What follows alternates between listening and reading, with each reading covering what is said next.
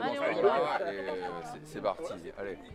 Jour de marché à Rombas, dans la première circonscription de Moselle, où la nouvelle ministre de la Culture se présente pour un deuxième mandat de députée. Un pari risqué, car si elle ne l'emporte pas, elle sera tout simplement débarquée du gouvernement. Si je suis élue, eh bien j'aurai la légitimité forte du suffrage universel et ça sera aussi un moteur pour pouvoir défendre mes dossiers au gouvernement. Si je ne suis pas élue, j'arrêterai, mais voilà, c'est comme ça, c'est normal. Élue de justesse en 2007 dans une circonscription aujourd'hui supprimée, Aurélie Filippetti pourrait bénéficier des 52% de François Hollande à la présidentielle. Autre avantage, le député UMP sortant est parti au Sénat. Et c'est son assistant parlementaire qui s'est lancé dans la course. Bonjour, vous allez bien ? Oui, très bien. Oh, parfait. Simple conseiller municipal, Julien Freiberger joue la carte d'élu de proximité et assure ne pas craindre l'affrontement avec une des ministres les plus en vue. La popularité, ça va, ça vient.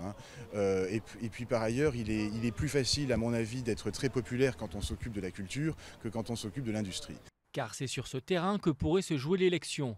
L'avenir des sites sidérurgiques d'ArcelorMittal est plus que jamais incertain en Moselle. Lors de la présidentielle, le Front National est arrivé ici en 3e position, juste derrière Nicolas Sarkozy.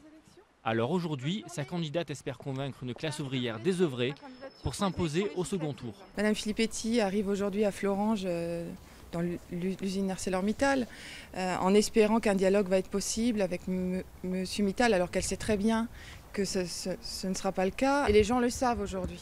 Puisque même dans les cités ouvrières, maintenant, les gens votent pour Marine Le Pen et plus pour le Parti socialiste.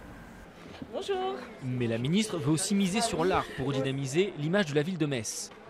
Elle a d'ailleurs souhaité visiter l'exposition d'un grand artiste américain, John Giorno.